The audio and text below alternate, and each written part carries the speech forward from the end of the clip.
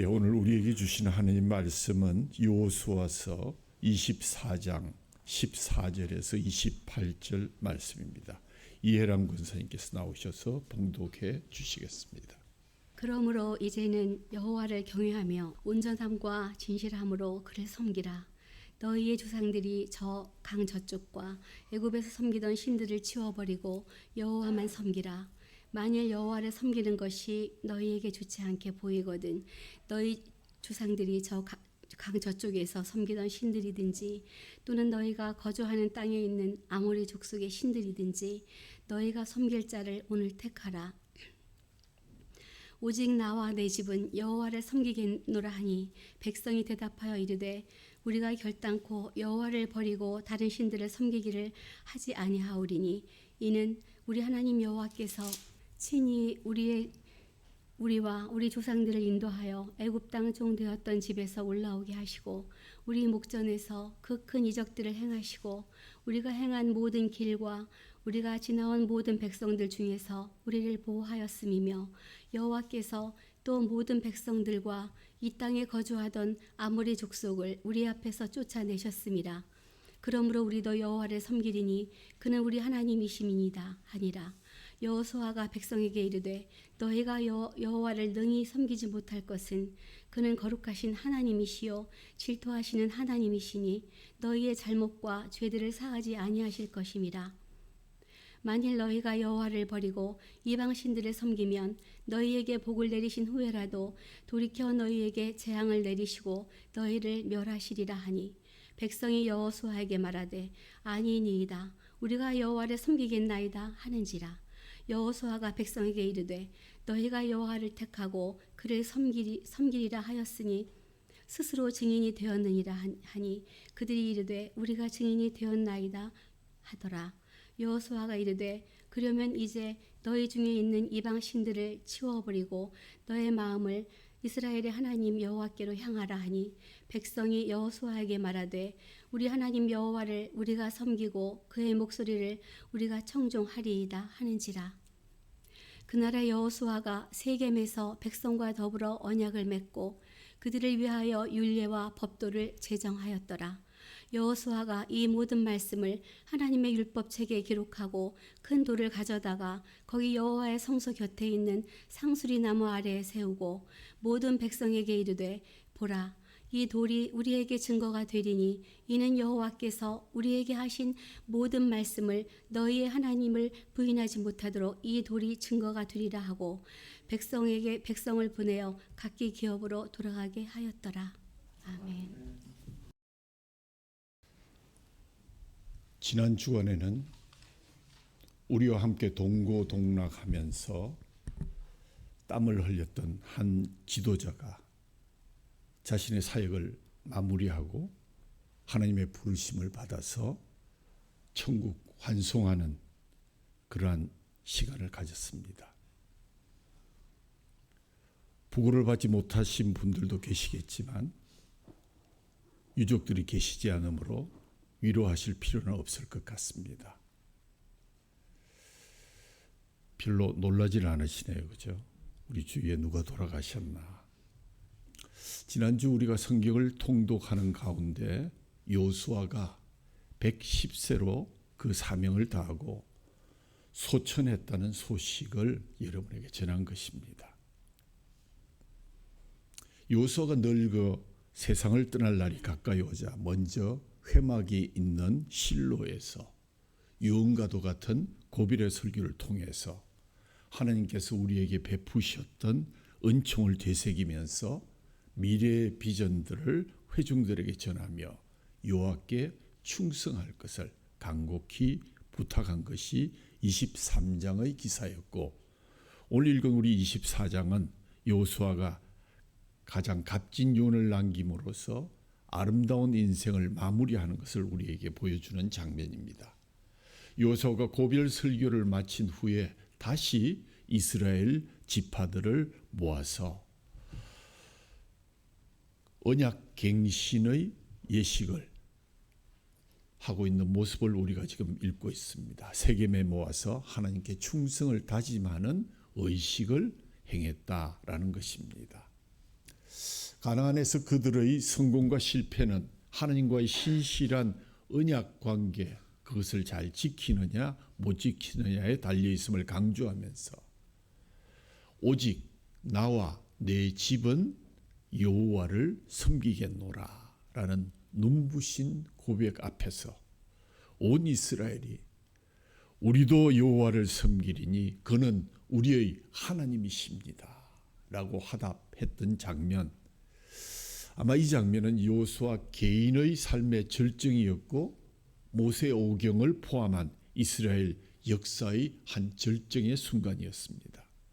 이 아름다운 연대의 순간에 노 지도자의 눈에 이슬이 맺혔을 것입니다. 우리에게 진정으로 필요한 것은 자기 확신이 아니라 하나님 확신이어야 함을 강조해 주고 있습니다. 여호수아는 이스라엘로 하여금 지금까지 베푸신 하나님의 은혜를 회상케 하고 백성들의 선택과 결단을 촉구하고 있습니다. 그러므로 이제는 여호와를 경외하며 온전함과 진실함으로 그를 섬기라고 권면합니다. 더욱이 그 섬길 자를 미루지 말고 오늘 택하라고 힘주어서 말합니다. 하나님께서는 여호수아를 통해서 어떤 제도보다도 하나님을 향한 믿음과 그 믿음으로 결단하는 삶을 강조하고 계십니다. 그러기에 여호수아는 솔선수범해서 오직 나와 내 집은 여호와를 섬기겠다고 결단하고 선포하며 하나님 백성들의 결단을 촉구하였습니다. 여호수아의 결단 촉구가 나에게서 그치지 않고 나와 내 집을 강조함으로써 신앙의 역사적인 이음, 곧 믿음의 대물림, 믿음의 계대를 강조하고 있음을 발견하게 됩니다. 예루살렘 통곡의 벽에는 우리는 잊지 않으리라 라는 글이 온종일 타는 횃불 아래 쓰여져 있다고 합니다. 이 통곡의 벽은 BC 20년경 헤롯 왕에 의해서 지어진 성벽의 일부입니다. AD 70년 로마의 티투스 장군이 예루살렘을 정복하고 성전을 파괴할 때 로마군의 위대함을 후대에 보여주기 위해서 성전이 얼마나 난공불락의 성이었던 것을 남기기 위해서 서쪽 벽을 남겼는데 이것이 바로 오늘날 전해지는 통곡의 벽입니다. 지금 한 60m 정도 남아 있습니다. 오늘 이스라엘 사람들은 2차 세계대전 당시 독일 나치에 의해서 반유대주의로 억울하게 처형된 600만여 명의 죽음을 잊지 않겠다는 뜻에서 우리는 용서한다. 그러나 결코 잊지 않을 것이다. 라는 그들의 각오를 그 통곡의 벽, 횃불이 타오르는 그 밑에 써놓고 역사를 기억할 때 우리는 동일한 실수를 반복하지 않을 것입니다. 라는 그런 메시지를 우리에게 전해주고 있습니다. 오늘날 현대인들은 디지털의 시간 속에서 무서운 속도로 인생을 살고 있습니다. 실제와 비실제의 경계를 오가면서 새로운 경험과 감각을 추구하여 살고, 그래서 정말 요즘 모든 콘텐츠를 보면 과거와 현재와 미래를 오가는 그러한 설정이 되지 않으면 많은 사람들에게 어필하기가 어렵다고 합니다. 그런 의미에서 우리는 참된 기억을 간직하면서 옛날을 회상하며 살아가는 일에 점점 더 기회를 잃어가고 있습니다. 여호수아는 우리에게 던진 자신의 유언을 통해서 참된 기억을 살아달라고 우리에게 호소하고 있습니다. 여호수아는 자신의 사역을 마무리하면서 그가 살아온 역사 속에서 잊어서는 안 될 몇 가지 역사적 사실들을 기억해 달라고 우리에게 당부하고 있습니다. 첫 번째로 불경건한 유산을 기억하고 단절하라. 여호수아는 바로 앞에 나온 23장 고별 연설을 마쳤고 24장에서 다시 언약을 새롭게 갱신하고 있습니다. 먼저 그는 이스라엘 백성들이 자랑스럽게 여기는 그들의 조상들에 대해서 언급합니다. 2절에 보면 옛적의 너희의 조상들 곧 아브라함의 아버지 나홀의 아버지 데라가 강 저쪽에 거주하여 다른 신들을 섬겼다. 이 말은 선민의 민족적 자존심을 고조시키는 그러한 말이 아닙니다. 원래 너희가 어떤 인간이었는지를 기억하라는 말입니다. 사도 바울도 동일한 어조로 우리에게 이것을 리마인드 시킨 적이 있습니다. 그때는 너희는 그 가운데서 행하여 이 세상 풍조를 따르고 공중의 권세 잡은 자를 따랐으니 곧 지금 불순종의 아들들 가운데 역사하는 영이라. 전에는 우리도 다 그 가운데서 우리 육체의 욕심을 따라 지내며 육체와 마음의 원하는 것을 하여 다른 이들과 같이 본질상 진노의 자녀였더라. 에베소서 2장 2절에 3절에 그렇게 지적하고 있습니다. 선지자들과 사도들은 예전에 사탄이 우리의 신이었고 우리의 아버지였다고 통렬하게 말한 것을 기억하고 그 불경건한 유산과 단절할 것을 요청하고 있습니다. 즉 사단을 섬기는 것이 우리 과거의 모습이었고 우리 조상의 모습이었고 우리는 오랫동안 지혜롭고 경건한 유산을 따라 살지 않았고 개인적으로는 진노의 자식이었으며 하나님께는 반역자였습니다. 라는 것을 먼저 지적하고 있습니다. 오늘 우리가 하나님의 은총 가운데 이렇게 살아가고 있는 것은 다른 사람들보다 더 좋은 조상이나 내면의 세계나 정신적인 무장이 되었기 때문이 아니라 하나님께서 우리 인생의 새 일을 시작하셨기 때문입니다. 근데 우리는 이 사실을 자주 잊어버립니다. 우리는 우리 속에 있는 불경건한 유산을 기억하고 단절하는 일에 힘써야 할 것입니다. 불경건한 유산의 대표적인 주범이 바로 우상 숭배입니다. 하나님이 기뻐하지 아니하시는 것, 하나님이 그토록 금하셨던 것입니다. 그럼에도 불구하고 저들은 가나안 땅에 들어가자마자 우상을 섬겼습니다. 그래서 하나님의 심판을 받습니다. 사사시대 400년 내내 여호수아가 이끈 이스라엘 백성이 가나안 땅을 점령하여 정착하는 이야기를 기록하고 있는데 거기에 보면 늘 그들은 눈만 뜨면 우상을 찾고 또 그러다가 하나님이 크게 진노하시면 찡찡 짜고 또 적의 손에 붙들려서 정말 신음소리를 갖고 살아가다가 다시 사사를 보내주면 그때서 살만하면 또 우상을 찾는 그러한 다람쥐 쳇바퀴의 400년 암흑의 사사시대를 그들은 보내왔습니다. 사사기 2장 13절로부터 14절에 이와 같이 설명하고 있습니다. 곧 그들이 여호와를 버리고 바알과 아스타로스를 섬겼으므로 여호와께서 이스라엘에게 진노하사 노략하는 자의 손에 넘겨주사 그들이 노략을 당하게 하시며 또 주위에 있는 모든 대적의 손에 팔아 넘기심에 그들이 다시는 대적을 당하지 못했더라 하는 사사시대의 현실을 적나라하게 고발하고 있는 것입니다. 방금 성경에도 나왔지만 아브라함은 그의 조상 데라의 불경건한 유산을 따라서 이방의 신들을 섬기며 살 수밖에 없었지만 하나님께서 그를 택하셔서 갈대아 우르에서 그를 이끌어 내셨습니다. 우상의 땅에서 아무도 스스로 벗어날 수 없었지만 하나님께서 주권적으로 그를 이끌어 내셨고 이삭과 야곱과 에서와 같은 믿음의 후손을 주셨습니다.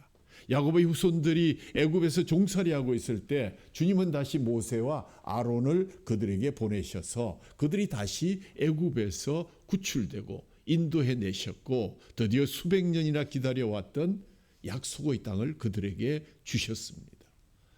적과 꿀이 흐르는 땅으로 올라오는 길은 참으로 험난했지만 홍해를 건너게 하시고 그곳에 애굽의 군대를 수장시켰고 또 그들이 올라오는 길에 모압 왕 발락이 발람을 불러서 이스라엘을 저주하도록 사주했지만 하나님께서는 그 저주를 축복으로 바꾸어 주셨습니다.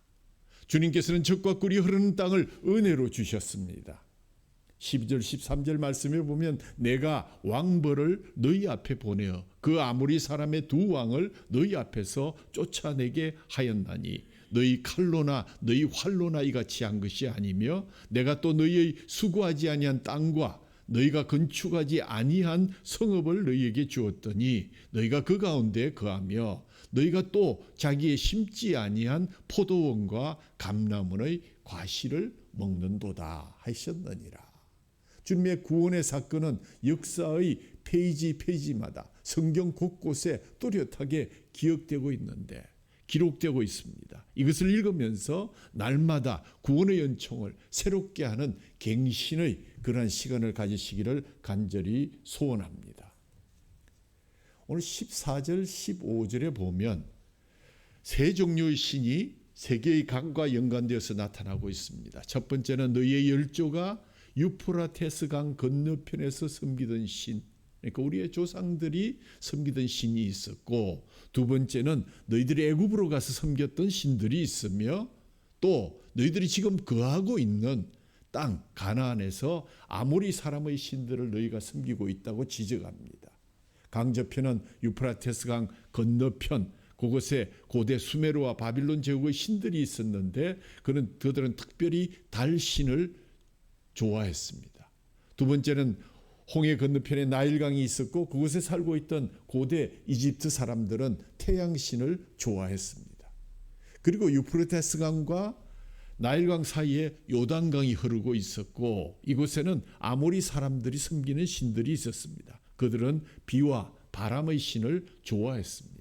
그러니까 바벨론의 달신과 애굽의 태양신과 가나안의 비와 바람의 신들은 모두 자연을 신격화한 존재들이었습니다. 이방 사람들은 그들의 신들을 사랑하였고 찬란한 고대 문화와 함께 강한 제국을 구축해 왔습니다.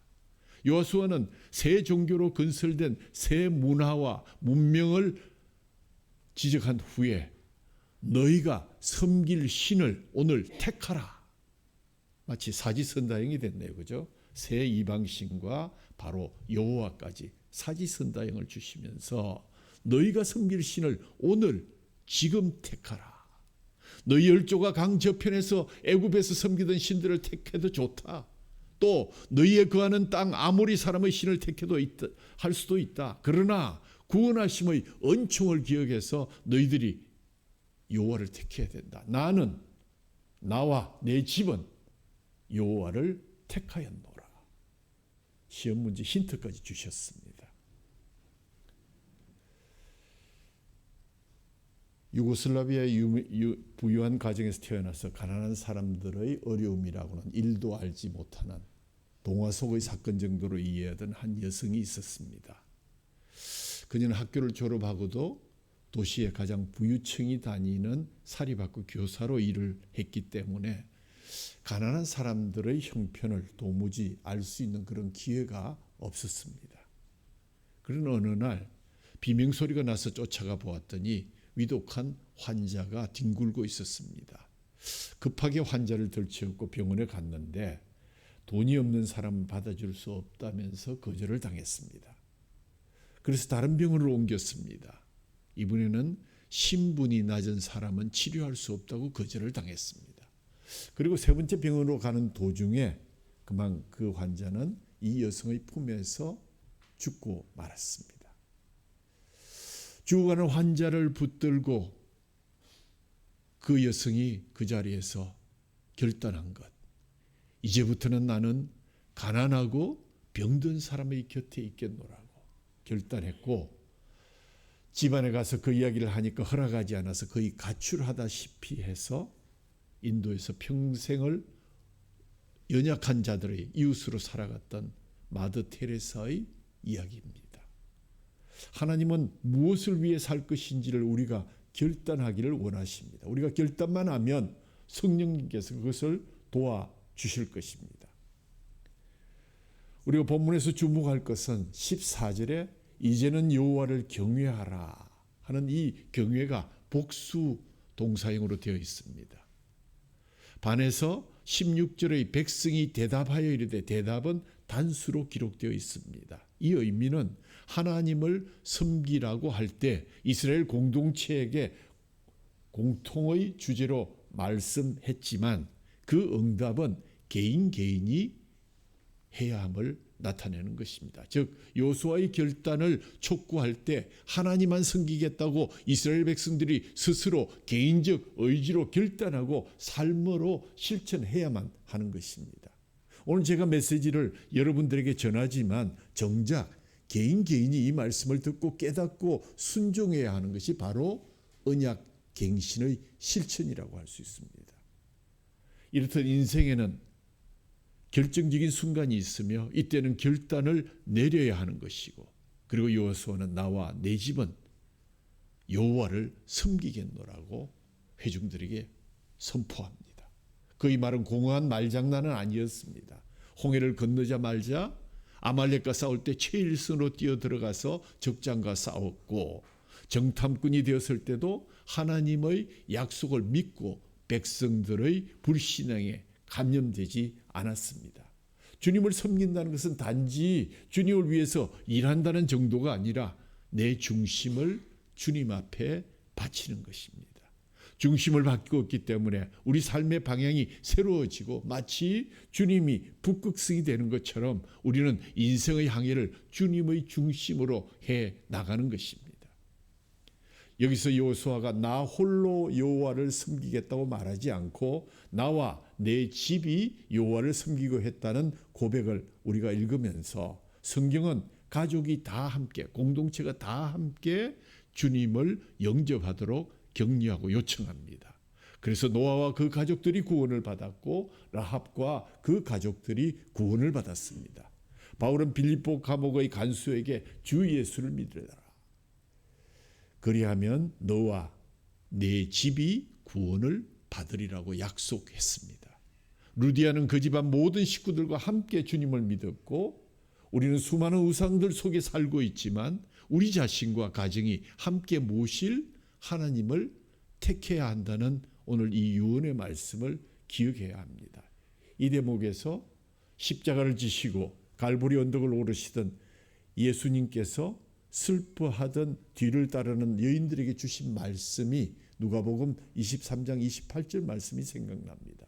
예수님께서 돌이켜 그들을 향하여 이르시되 예루살렘의 딸들아 나를 위하여 울지 말고 너희와 너희 자신을 너희 자녀를 위해서 울라.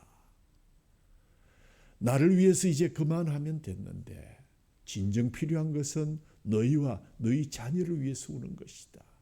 너희와 너희 자녀의 구원을 위해서 내가 이 십자가를 지고 올라가는데 너희가 나만을 위해서 마냥 울고 있으면 어떡하겠느냐.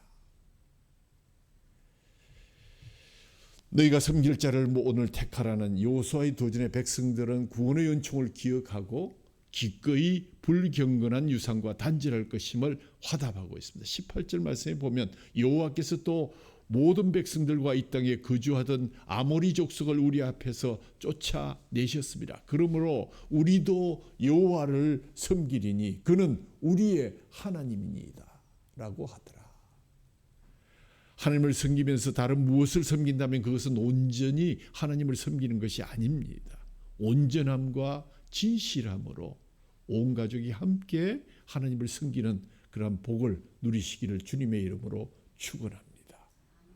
옛날에 수도사들은 마음이 세상을 향하지 않게 하려고 눈을 세상으로 돌리지 않았습니다. 수도원 입구에는 허리를 굽혀야 겨우 들어갈 수 있는 작은 문이 있는데 이 문을 지키는 것도 젊은 수도사가 아니라 늙은 수도사 문지기의 역할이었습니다. 혹시나 시장이나 볼 일이 있으면 젊은 수도사를 보내지 않고 늙은 수도사를 보내어서 수도원 밖의 일을 보러 가게 했습니다. 수도사들은 마음에 잡념이 들어오지 않게 하려고 오랜 경험을 가진 늙은 수도사가 바깥의 일들을 할 수 있도록 배려했습니다. 종일 말씀을 엎조리며 살고 잡념이 들어오지 않게 하기 위해서 엘리에손 끼리에 주여 자비를 베풀어 주옵소서를 반복했습니다. 마음을 주께로 향하는 것이 그들의 목적이었습니다. 그들이 얼마나 감동적인 고백을 하고 있습니까? 그런데 오늘 여호수아의 반응이 참으로 사뭇 다릅니다. 그들의 결단에 감동된 것 같지 않습니다. 오히려 그는 그들의 뜨거운 신앙 고백에 찬물을 끼얹고 있습니다. 너희가 여호와를 능히 섬기지 못할 것이다. 왜냐하면 그는 거룩한 하나님이요 질투하는 하나님이시기 때문이다. 너희의 재물과 죄를 허물과 죄를 결코 사하지 아니하실 것이다. 오늘 이것만 보면 여호수아가 뭔가 잘못 말한 것 아닐까 하는 그런 생각을 하기도 합니다. 그러나 여호수아의 대답은 너무나 역설적이지만 뼈 있는 말이었습니다. 이렇게 거듭되는 경고와 언약 갱신에도 불구하고 너희들이 결코 그것을 준행하지 못할 것을 내가 알고 있다. 그러나 내가 원하기는 오늘 이 자리에 이 말씀을 통해서 한 사람이라도 더 주님과 약속을 신실하게 지켜나가는 그러한 사람이 되기를 바란다는 뜻이었습니다. 우리가 알다시피 이스라엘의 역사와 교회사는 실패한 역사였습니다. 우리는 순간적으로 마음이 뜨거워져서 가벼운 선택을 하고 또 우리가 죽도록 주님께 충성하겠습니다 라고 고백했지만 하나님은 거룩하고 질투하시는 분이십니다. 하나님은 자신의 백성이 다른 신을 섬기면 질투하십니다. 질투는 우리가 나쁜 것으로 생각하지만 진정 사랑하는 자에게는 질투가 있기 마련입니다.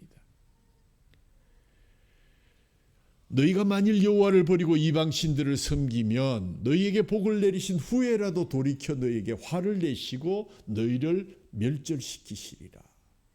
백성들은 우리가 정녕 여호와를 섬기겠나이다 대답했지만 여호수아는 그들의 선택이 올바른 선택인 것 같이 보이지만 말은 그렇게 하지만 일시적인 감정에 치우치지 않고 전인적이며 삶 속에서 실제로 열매를 맺는 그러한 선택의 삶을 끝까지 살아가야 됨을 아마 정색하며 권면한 것이 아닌가 생각됩니다.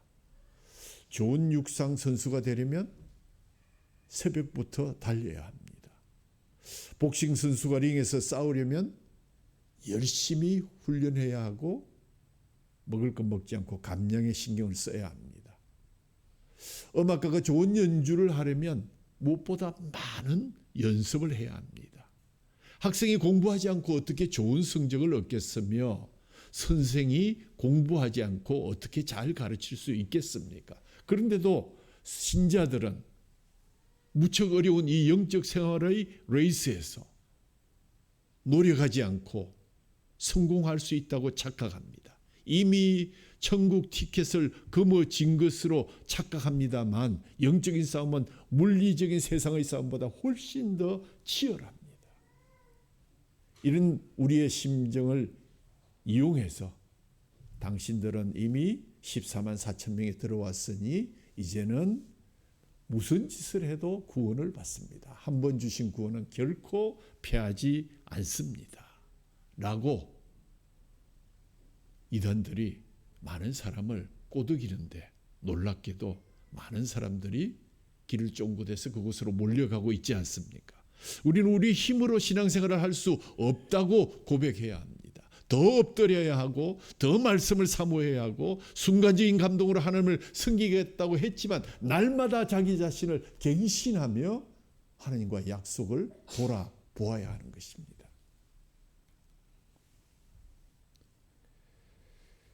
25절에 보면 그날의 여호수아가 세겜에서 백성으로 더불어 언약을 세우고 그들을 위하여 율례와 법도를 베풀었더라. 이스라엘 백성들은 아브라함의 언약과 모세의 언약 안에서 살고 있지만 세대마다 언약을 갱신해야 한다는 것입니다. 우리 하나님 여호와께서 호렙산에서 우리와 언약을 세우셨나니 이 언약은 여호와께서 우리와 열조와 세웠던 것이 아니요 오늘 여기 살아있는 우리 곧 우리와 세우신 것이다. 신명기 5장 3절에 보면 언약의 백성들이 과거의 언약 속에 살고 있지만 지금 그 언약 가운데 사는 것은 매우 중요한 것이요 날마다 그 언약을 기억하고 그 언약을 갱신하는 것은 참으로 중요한 것이다. 그런 의미에서 우리 자신들도 어떤 분은 그러세요. 주일 예배를 하는데 웬 회개의 기도가 계속 나와야 되느냐고. 과연 그럴까요? 언약 안에서 산다는 것은 언약의 기준을 따라서 사는 것입니다. 그래서 여호수아는 증거의 돌을 세웠습니다. 이전에 길갈에 돌 무더기를 세운 적이 있었고 에발산에 단을 세운 적이 있습니다. 요단강 동편 지파들은 요단강 건너편에 단을 세웠고 여호수아는 이제 세겜에다 돌을 세웁니다. 이 기념비를 통해서 하나님께서 주신 약속과 계명을 두고 오는 후손들이 보고 기억할 수 있도록 그 기념비를 세웠습니다. 너희는 크게 힘써 모세의 율법책에 기록된 것을 다 지켜 행하라.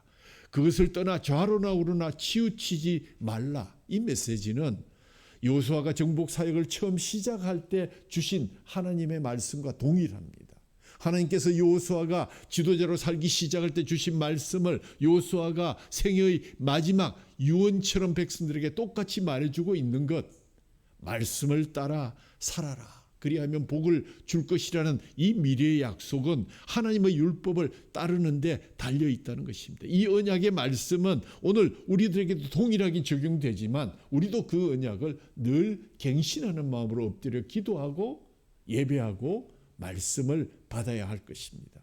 여호수아가 자신의 생애를 마칠 때쯤 이 율법책은 더욱더 방대해졌습니다. 그날의 여호수아가 세겜에서 백성으로 더불어 언약을 세우고 그들을 위하여 율례와 법도를 베풀었더라. 여호수아가 이 모든 말씀의 하나님의 율법책에 기록하였더라. 성경은 구속의 역사의 흐름을 따라서 점점 더 두터워지고 있습니다. 모세의 책이 모세가 죽을 즈음에 규범적인 것으로 받아들여졌던 것처럼 여호수아가 말한 것이 권위 있는 정경으로 하나님의 백성들에게 받아들여졌고 이후에 선지자의 말씀이 수록되고 예수 그리스도의 가르침과 사도들의 편지가 모여서 오늘날 성경이 완성되었습니다. 이 말씀을 정확무한 하나님의 말씀으로 받아들이고 그 삶을 순종하며 살아가는 것이 신앙의 첫 단초입니다. 말씀이 삶의 일부가 되어야 하는 것입니다. 오늘 우리가 살고 있는 시대를 포스트 모던 시대라고 그럽니다. 모던 시대에 중요했던 이성주의, 중요한 절대 가치가 사라지고 포스트 모던 시대의 다음 시대, 즉 절대 진리를 인정하지 않는 것입니다. 종교적인 절대 진리, 도전적인 절대 진리를 인정하지 않으면서 상대적인 사이비 진리들이 나타나기 시작합니다. 종교다원주의, 도덕자원주의가 나타납니다. 이런 시대에 죄를 말하는 것은 시대착오적이라는 비판을 쏟아놓습니다. 절대 기준이 부재한데 무엇을 기준으로 너가 나를 죄인이라고 묻느냐라고 얘기하는 것입니다. 유언과도 같은 이 권면은 오늘 다원주의 시대에 흔들리고 있는 진리의 기준으로 우리에게 던져졌습니다. 우리 모두가 삶으로 기억해야 할 도전, 나와 내 집은 오직 여호와를 섬기겠노라 하는 그 비전이 저와 여러분의 비전이 되고 또 우리 후손들의 비전이 되기를 간절히 소원합니다. 진리의 척이 무너지고 사이비 진리의 다양화로 인해서 하나님의 진리에 대한 인간의 믿음과 신뢰가 흔들리는 시대에 여호수아는 그 유언으로 오늘 우리에게 경고합니다. 너희가 섬길 자를 오늘 택하라. 오직 나와 내 집은 여호와를 섬기겠노라. 길이 기억하고 살아내야 될 지표이기도 합니다. 여호수아는 말합니다. 여기에 기준이 있다. 따라서 상대주의, 다원주의, 허무주의, 또 실존주의, 상황윤리를 따르지 말고 변함없는 하나님의 율법, 그 말씀을 따라 살아야 한다고 당부하고 있습니다.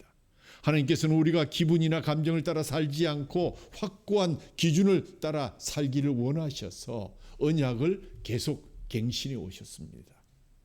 여러분이 가슴에 품고 있는 하나님과의 언약은 갱신한 지 얼마나 되셨습니까? 유효기간이 혹시 지나지 않았습니까?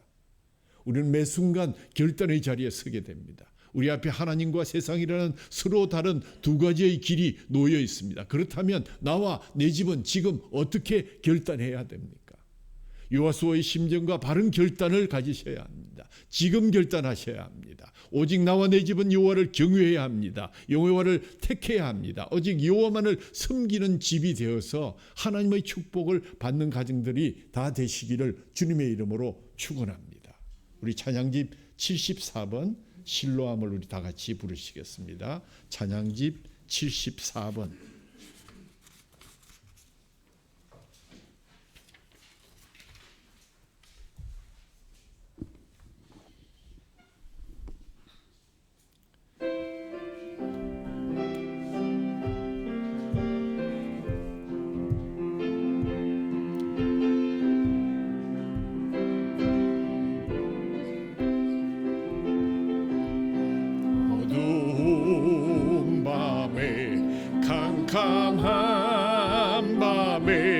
새벽을 찾아 떠난다. 종이 울리고 닭이 울어도 내 눈에는 오직 밤이었소. 우리가 처음 만난 그때는 차가운 새벽이었소. 주님 마음속에 여명이 있음을 나는 느낄 수가 있었소. 오 주여 당신께 감사하리라. 실로암 내게 주심을 나에게 영원한 사랑 속에서 떠나지 않게 하소서.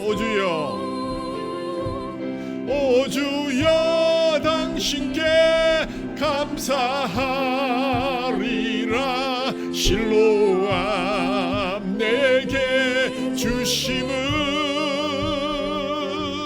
나에게 영원한 사랑 속에서 떠나지 않게 하소서.